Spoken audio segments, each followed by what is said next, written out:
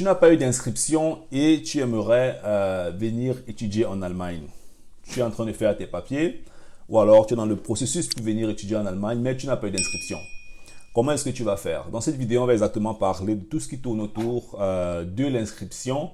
Je vais te présenter quelques techniques que tu devras comprendre en fait si tu aimerais venir en Allemagne et si tu aimerais obtenir une inscription. Alors, à la fin de cette vidéo, je vais te parler aussi du problème des universités qui sont situées dans des villages en Allemagne. Okay? Parce qu'il y a des universités qui sont situées dans des villages qui ont des conditions un peu bizarres. Donc, je vais te parler exactement de ce type d'université à la fin de cette vidéo.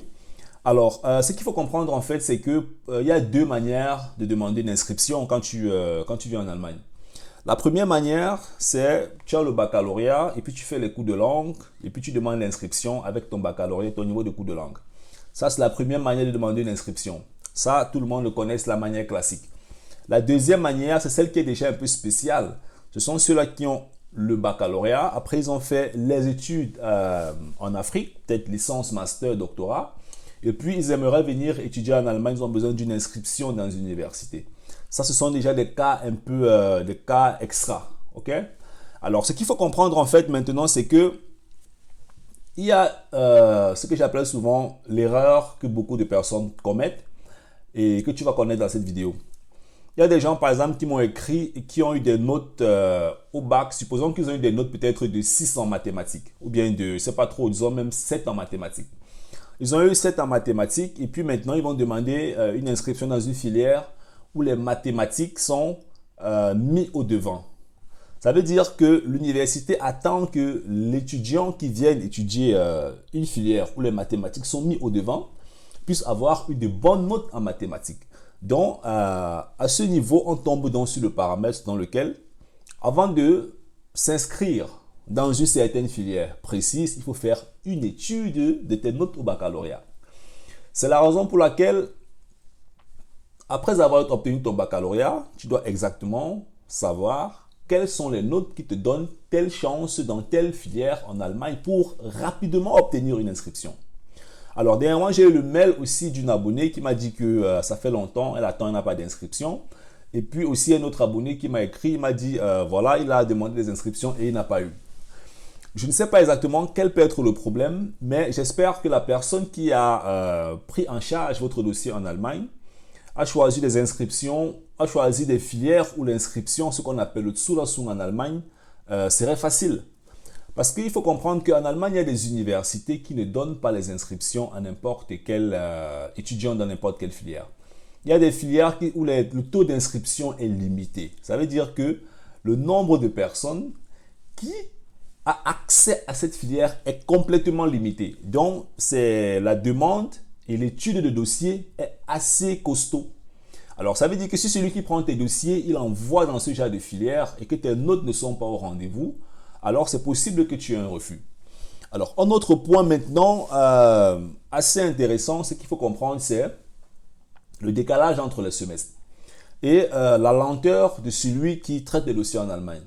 Alors, j'avais un ami qui avait vécu ça où la personne qui traitait ses dossiers n'était pas assez rapide et avait raté 2 dates. Ok?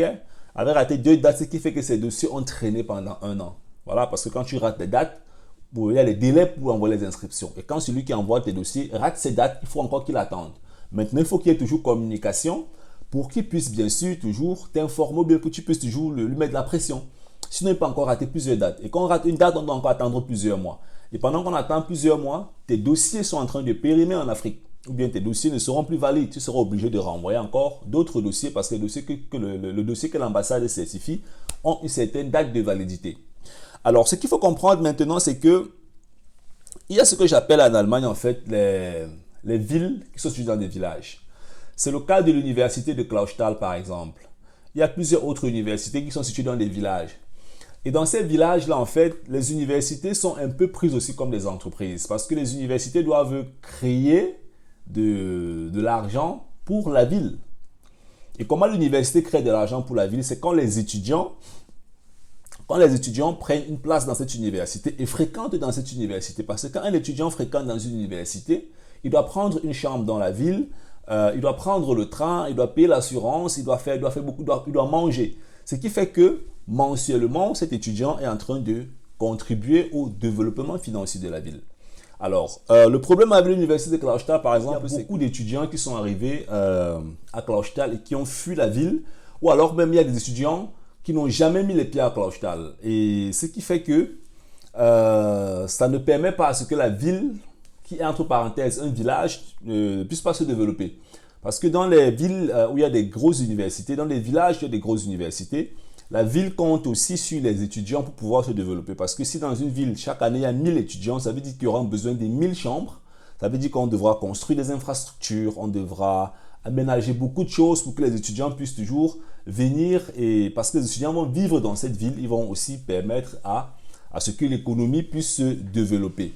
Alors maintenant, si tu aimerais étudier dans une ville-village en Allemagne, ou alors dans une ville... une très grande ville en Allemagne. Ok, bon, maintenant ça dépend de toi. Je ne suis pas en train de dire que tu es obligé de rester à Clausthal ou bien tu es obligé de rester dans un village. Ça dépend de toi. Alors, est-ce que tu as déjà obtenu ton inscription en Allemagne? Est-ce que tu es encore en train de faire ton inscription en Allemagne? Quels sont les problèmes que tu as? Quelles sont les difficultés? Laisse-moi dessus ton commentaire dans la barre de description. Et surtout, n'oublie pas, abonne-toi et active la cloche pour ne plus manquer mes prochaines vidéos. C'était le Focus en ensemble. Bye bye.